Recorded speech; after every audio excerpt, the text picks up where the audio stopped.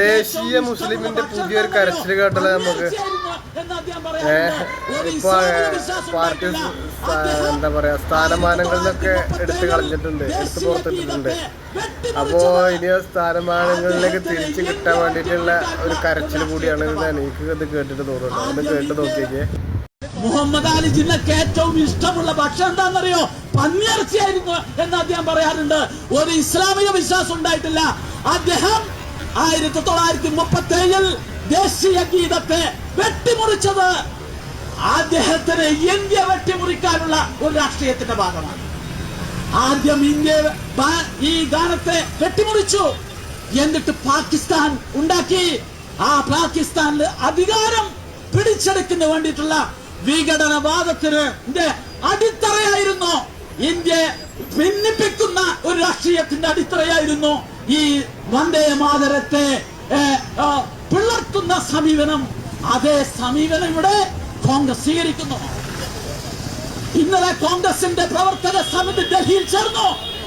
അവര് പ്രമേയം പാസാക്കി, ഞങ്ങൾ ഇതിന്റെ മുഴുവൻ ചരണവും പാടില്ല എന്ന്. എനിക്ക് സോണിയാഗാന്ധിയോട് രാഹുൽ ഗാന്ധിയോട് പറയാനുള്ളത്, നിങ്ങൾ ഇന്ത്യയിൽ ജീവിക്കുന്നുണ്ടെങ്കിൽ, നിങ്ങൾ ഇന്ത്യയിൽ പ്രവർത്തിക്കുന്നുണ്ടെങ്കിൽ ഈ രാജ്യത്തെ നിയമങ്ങൾ അത് നടപ്പിലാക്കാൻ ബാധ്യസ്ഥരാണ്. അതിനെ വെല്ലുവിളിച്ചവർക്കൊന്നും ഈ ജനാധിപത്യ രാജ്യത്ത് മുന്നോട്ട് പോകാൻ സാധിക്കില്ല. എന്താണ് ഇന്ത്യയിൽ സംഭവിച്ചത്? ഇന്ത്യയിൽ സംഭവിച്ചത് വന്ദേ മാതരം ഗീതത്തെ പിളർത്തിയ, ഇന്ത്യയെ പിളർത്തിയ മുഹമ്മദ് അലി ജിന്നയുടെ ഈ വിഭജനത്തിന് ശേഷം വന്ദേ മാതരം പാടാൻ പറ്റില്ല എന്ന് പറഞ്ഞവരൊക്കെ അങ്ങ് പാകിസ്ഥാനിൽ പോയി. ഇവിടെ ജീവിക്കുന്ന ഞാൻ ഉൾപ്പെടെയുള്ള മുസ്ലിമീങ്ങൾ ദേശീയ മുസ്ലിമീങ്ങളാണ്.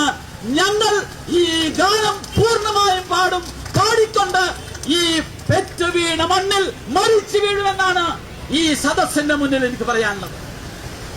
അതുകൊണ്ട് ഈ ദേശീയ ഗീതം പാടാൻ പറ്റില്ല എന്ന് പറഞ്ഞവരെല്ലാം പാകിസ്ഥാനിലേക്ക് പോയി. മുസ്ലിം ലീഗ് നേതൃത്വത്തോട് ഞാൻ ചോദിക്കട്ടെ, നിങ്ങളെ കുറിച്ച് നമ്മുടെ നാട്ടിൽ കോൺഗ്രസ്സുകാർ പറഞ്ഞത് ഇത് പാകിസ്ഥാൻ ലീഗല്ല, കൊടി പേര് ഒക്കെ പാകിസ്ഥാൻ ലീഗിന്റെ, ജിന്നയുടെ ലീഗിന്റെ രൂപവും സ്വഭാവമാണെങ്കിലും ഇത് വളരെ മതേതരത്വമുള്ള പാർട്ടിയാണ് എന്നായിരുന്നു കോൺഗ്രസ്സുകാർ പറഞ്ഞു നടക്കുന്നത്.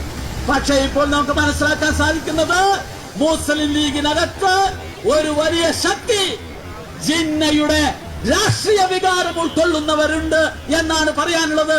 ആ ഉൾക്കൊള്ളുന്നവരിൽ ചിലർ പണ്ട് ഇന്ത്യൻ രാഷ്ട്രീയത്തിലെ ഏറ്റവും നിർണായ സ്വാതന്ത്ര്യ സമരത്തിന്റെ ഘട്ടത്തിൽ ഞങ്ങളുടെ നാട്ടിൽ വിളിച്ച മുദ്രാവാക്യമുണ്ട് ലീഗുകാര്, 8 അണക്ക് കത്തി വാങ്ങി കുത്തി വാങ്ങും പാകിസ്ഥാൻ.